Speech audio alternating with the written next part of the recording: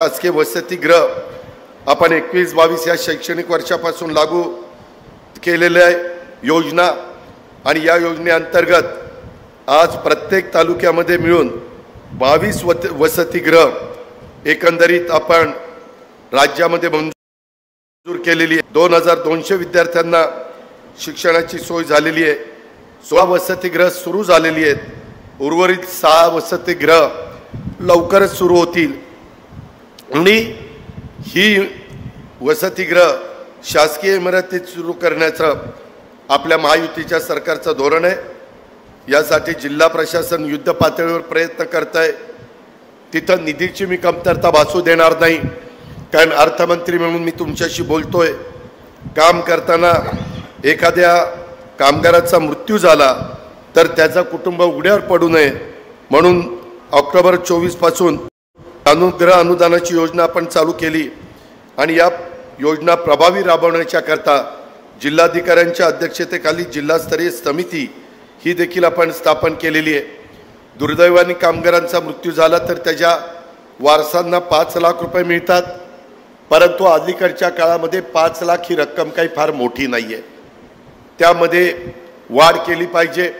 आत्ताच माझे काही सहकारी सांगत होते, धनंजय माझ्याजवळ बसला होता, तो म्हणाला दादा 5 लाखामध्ये गेलेल्या व्यक्तीची काही किंमत होऊ शकत नाही आणि ती व्यक्ती परत येऊ शकत नाही, परंतु ती रक्कम इथून पुढे 5 लाखाच्या ऐवजी 10 लाख करण्याच्या करता मी निश्चितपणे माझ्या सहकाऱ्यांशी बोलीन।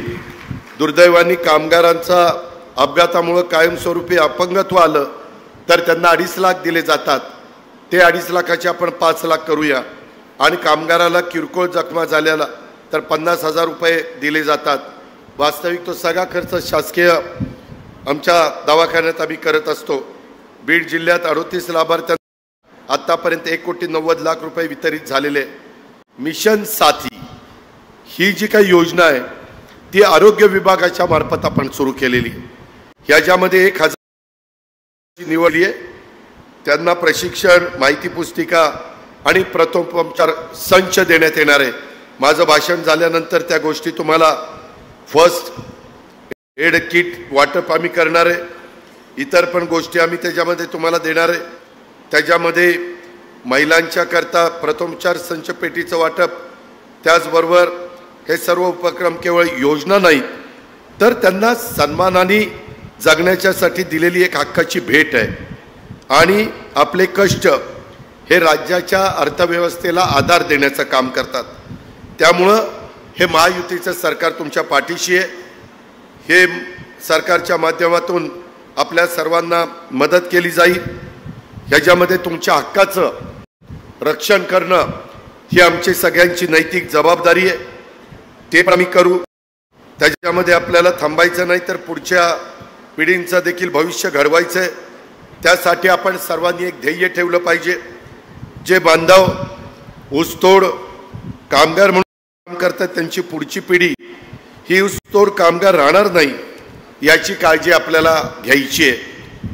तुम्ही म्हणाल मग आम्ही कुठं जायचं, त्याच्या संदर्भामध्ये मी आपल्याला सांगू इच्छितो की कमी करण्याच्यासाठी अलीकडं बॅटरीवर चालणारे कोयते मिळालेले आहेत।